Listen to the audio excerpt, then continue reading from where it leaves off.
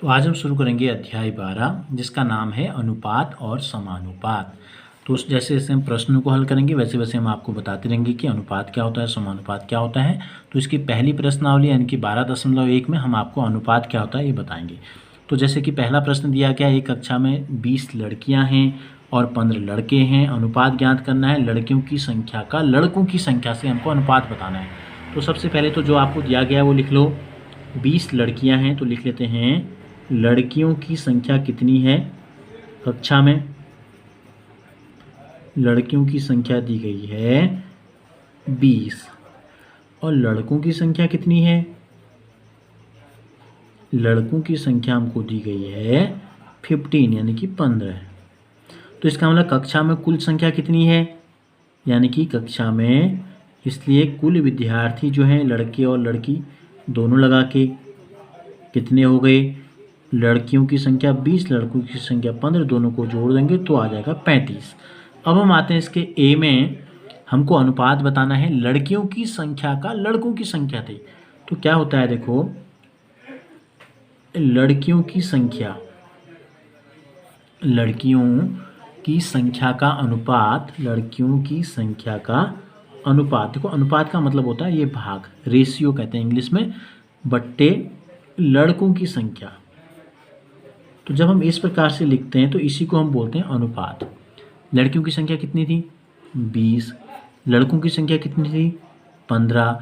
इसको सरल करना है, वो इसको क्या करना है, सरल करना है। ठीक है, तो सरल का मतलब है कि दोनों में किसी संख्या का अगर भाग जाता है तो दे देना है।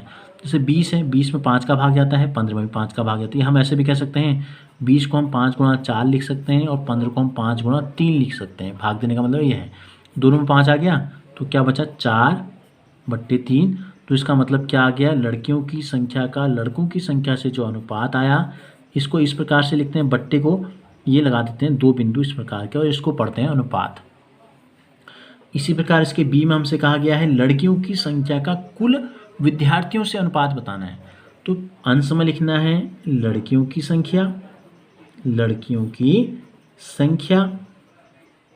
और बट्टे में लिखना है कुल विद्यार्थी, क्योंकि इसके साथ हमें क्या करना है, अनुपात बताना है।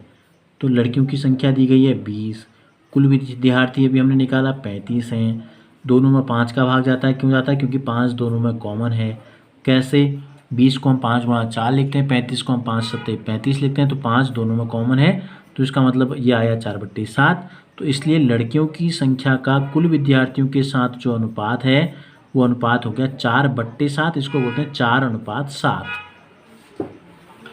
इसी प्रकार इसके दूसरे प्रश्न में हमको दिया है विद्यार्थियों की कक्षा में कुल विद्यार्थी दिए गए हैं। देखो दूसरे में नोट कर लेते हैं, कुल विद्यार्थी हमको दिए गए हैं 30। 6 फुटबॉल, 12 क्रिकेट और बाकी टेनिस पसंद करते हैं। तो फुटबॉल कितने पसंद करते हैं, नोट करते रहते हैं। फुटबॉल खेलना कितने बच्चे पसंद करते हैं, कितने विद्यार्थी पसंद करते हैं, फुटबॉल खेलना पसंद करते हैं, दिया है हमको 6। 12 दिया है क्रिकेट, तो बच्चे, बाकी टेनिस, बाकी का मतलब कितने बचे। अब देखो ये दोनों कुल कितने हो गए, कुल बच्चे थे 30। ठीक है, तो अब हमारे बच गए कह रहे हैं बाकी टेनिस, तो हम लिख लेते हैं टेनिस खेलना कितने बच्चे पसंद करते हैं।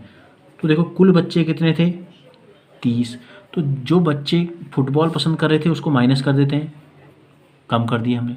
जो क्रिकेट पसंद करते हैं वो भी हमने घटा दिए, तो जो बचेंगे वो होंगे केवल टेनिस खेलने वाले। ठीक है, 30 में से 6 गया 24 और 24 में से 12 घटाएंगे तो आ जाएगा 12। अब हमको तीनों खेल पसंद करने वाले खिलाड़ियों की संख्या पता चल गई विद्यार्थियों की। अब हमको इसके नंबर ए में आते हैं, हमको अनुपात बताना है फुटबॉल पसंद करने वालों की संख्या का टेनिस पसंद करने वालों की संख्या से। तो अनुपात क्या क्या है, फुटबॉल पसंद